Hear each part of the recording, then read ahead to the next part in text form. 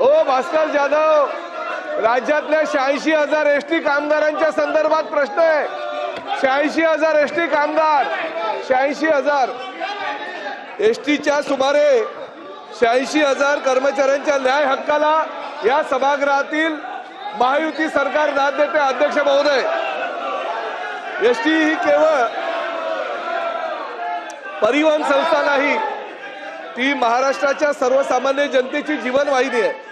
गेली 8 दशके लालपरीने शेतकरी, विद्यार्थी, कामगार, महिला व ज्येष्ठ नागरिक, आदिवासी आणि दुर्गम भागातील लाखो नागरिकांना त्यांच्या आयुष्याशी जोडून ठेवलेले अध्यक्ष महोदय, या लालपरीचा खरा आधारस्तंभ म्हणजे एसटीचे कर्मचारी.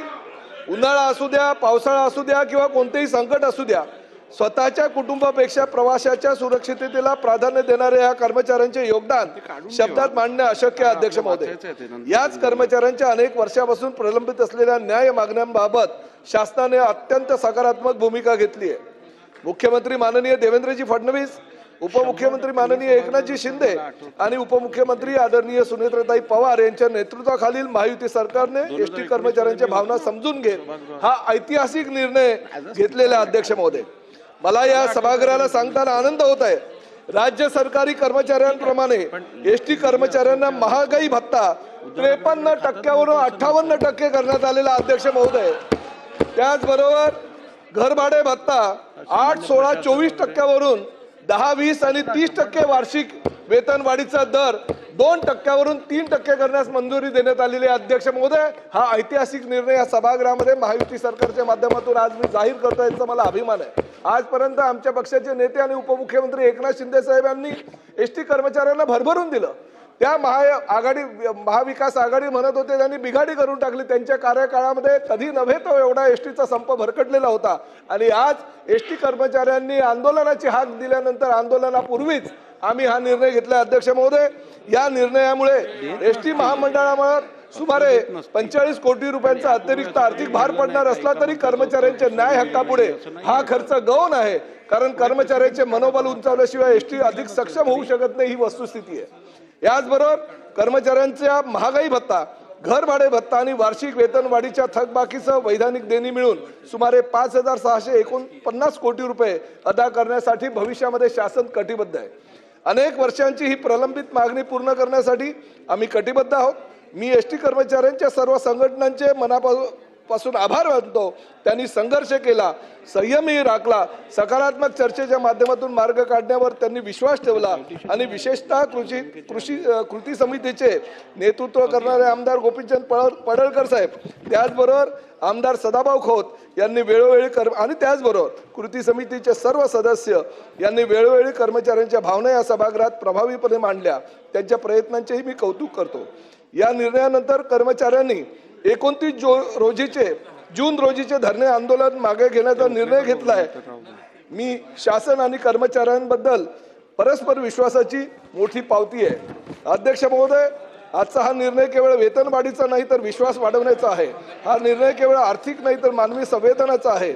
एसटीच्या प्रत्येक वाहक, चालक, तांत्रिक कर्मचारी, अधिकारी आणि कर्मचाऱ्यांच्या कष्टाला शासनाने दिलेला हा सन्मान आहे.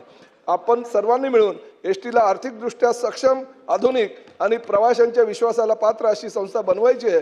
कर्मचारी समाधानी असतील तरच लालपरी अधिक वेगाने, अधिक विश्वासाने महाराष्ट्राच्या प्रत्येक गावापर्यंत धावेल, याचा मला पूर्ण विश्वास आहे.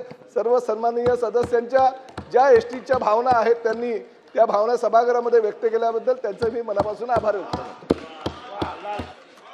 मला सर्व सन्माननीय सदस्यांना कळवण्यात अत्यंत आनंद होत आहे की आज आपल्या सभागृहाचे कामकाज पाहण्यासाठी श्रीलंका देशाच्या मुंबईतील वाणिज्यदूत Shrimati Priyanka Wickramasinghe, council general of Sri Lanka and Mumbai व अन्य अधिकारी विशेष अभ्यागत कक्षामध्ये उपस्थित आहेत. आपण सर्वांनी त्यांच्या टाळ्याच्या गजरात हार्दिक स्वागत करूया.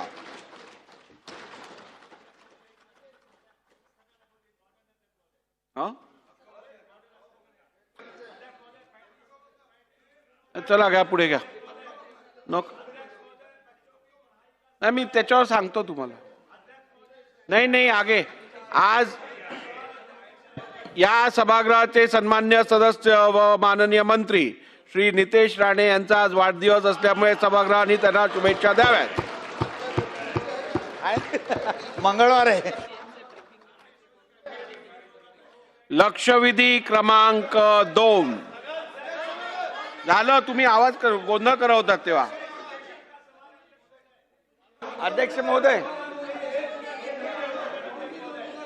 अरे ते तुमचे हे कुठे गेले, मित्र कुठे गेले, हे बाकी लोक कुठे गेले, घरी गेले का?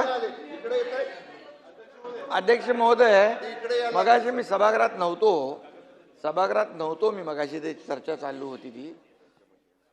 मंत्र्यांनी मला सांगितलं आणि तुम्ही तसे निर्देश देखील दिलेले आहेत. मला एवढंच सांगायचं आहे की सभागृहाचं कामकाज जे आहे तुमच्या अध्यक्षतेखाली चालतं. आज मी त्यांना सांगू इच्छितो की काल जो एक जोर का झटका धीरे से लगा है, त्यामुळे त्यांचं मानसिक संतुलन बिघडलेलं आहे. आणि दुसरी गोष्ट, मानसिक संतुलन बिघडलंय आणि त्यामुळे आता आणखी झटके लागणार आहेत.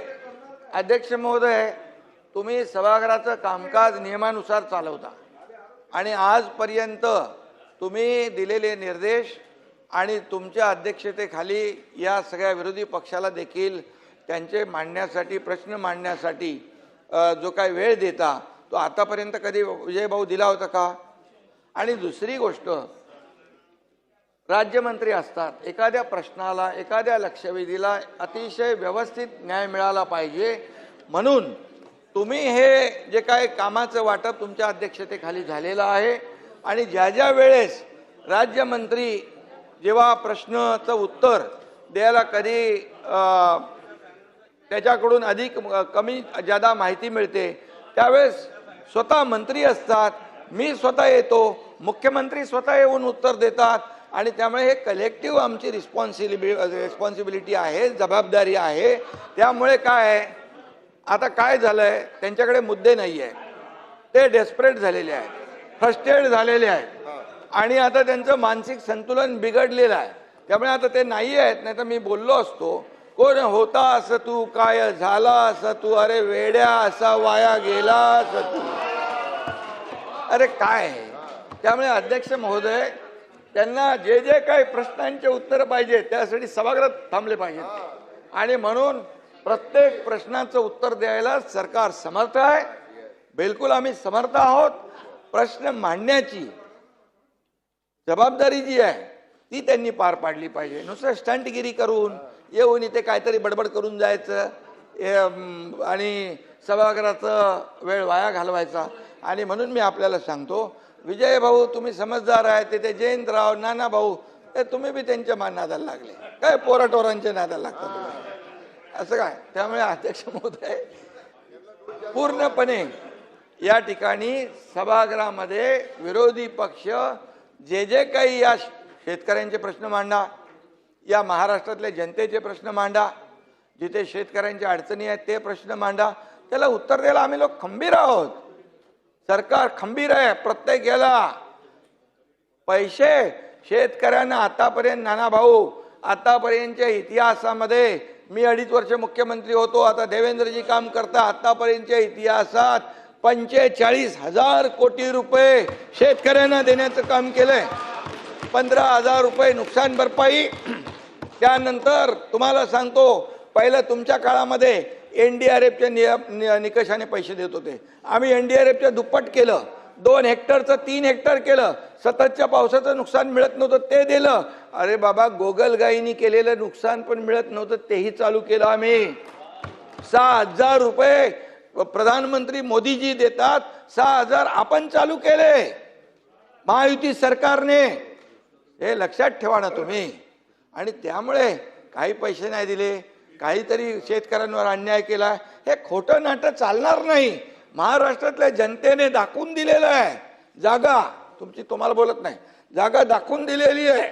आता ही एकदम अशी होत चालली आहे, अगदी इकडे आता इकडे बाहेर पडतील तिकडे. आणि त्यामुळे मी आपल्याला सांगतो, अध्यक्ष महोदयांचा निर्णय अंतिम असतो. अध्यक्ष महोदयांचा निर्णय चुकीचा. अरे तुम्हाला काय बोलायचा अधिकार आहे? अध्यक्ष महोदय म्हणजे नियमाने हे सभागृह चालतं. हे सभागृह सार्वभौम आहे, याचं पावित्र्य राखणं आपलं काम आहे. त्यामुळे आम्ही सगळे काय सर्व 19 ते 22 काय होतं तुम्ही लक्षात, तुम्ही होते ना जयंतराव? 19 ते 22 काय परिस्थिती होती? उत्तर द्यायला कोण सांगायचं? अरे बाबा, सभागृहात तरी बसायची का लोक? सभागृहात तरी बसायचे का? अरे म्हणून मी सांगतो, जरा थोडं मागे वळून बघावं, आत्मपरीक्षण करावं आणि आत्मचिंतन करावं. जो जो जो जो शीशे के घर में रहते और दूसरे के घर पे पत्थर नहीं फेंका करते. समजून सांगा जयंतराव. समझ के लेने दो, नहीं तो पूरे. पाटील साहेब, अरे नाही आहेत ना, जरा समजून सांगा शेजारी. समजून सांगा, समजून सांगा. ठीक आहे. काय होतं सुधीर नाही, अध्यक्ष महाराज, हक्कभंग आणि हरकतीचा मुद्दा ही अनुमती मांडग्यावर देण्याची प्रथा परंपरा अनेक वर्षापासून आहे. मी एक हक्कभंग दिला अध्यक्ष महाराज, माझ्या दृष्टीने, राज्याच्या दृष्टीने, राष्ट्रभक्त देशभक्ताच्या दृष्टीने महत्वाचा आहे अध्यक्ष महाराज. अध्यक्ष महाराज, 5 मार्च 2026 रोजी महाराष्ट्राच्या विधानसभेत स्वातंत्र्यवीर विनायक दामोदर सावरकर यांना मरणोत्तर भारतरत्न या सर्वोच्च नागरी सन्मानाने गौरविण्याबाबत माझा अशासकीय ठराव मी मांडला होता. आणि तेव्हा मंत्री महोदयांनी उत्तरात सांगितलं की या संदर्भामध्ये केंद्र सरकारकडे विधानसभेचा ठराव करून पाठवला जाईल. मी केंद्रात जाऊन भेटूनही आलो.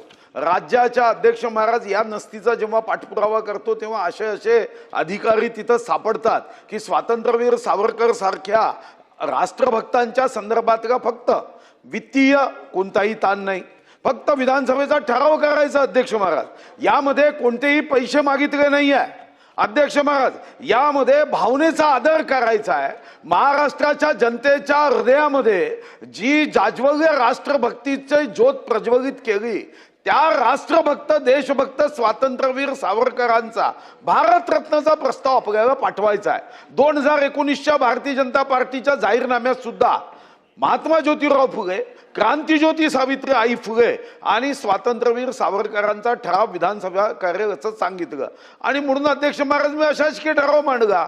तर जाहीरनाम्यामध्ये दिल्यावर 5 मार्च ते आज 23 जून आमचे नसती जर पुढे जात नसेल तर अध्यक्ष महाराज हा हक्कभंग माझा स्वीकारावा. खरं तर मी मंत्री महोदयांना विनंती केली, आपले नियम असे आहे की आपण मंत्री महोदयांवर हक्कभंग टाकतो, हाही बदल केला पाहिजे. मंत्री महोदयांची इच्छा असते, अधिकारी अध्यक्ष महाराज त्या नसतीवर असे बसतात की एखादी कोंबडी बसली म्हणून अंड्यातून पिल्लं निघावं तसून त्या 10 नसत्या त्याच्यातून तयार होईल. अध्यक्ष महाराज माझी विनंती आहे, हक्कभंग स्वीकारावा.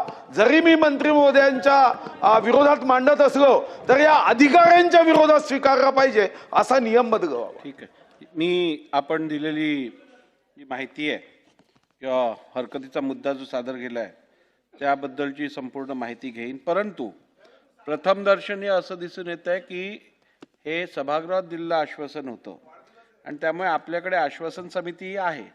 तर मला वाटतं हे उचित राहील की आपण आश्वासन समितीकडे पहिली या संदर्भातली याचिका करू आणि त्यानंतर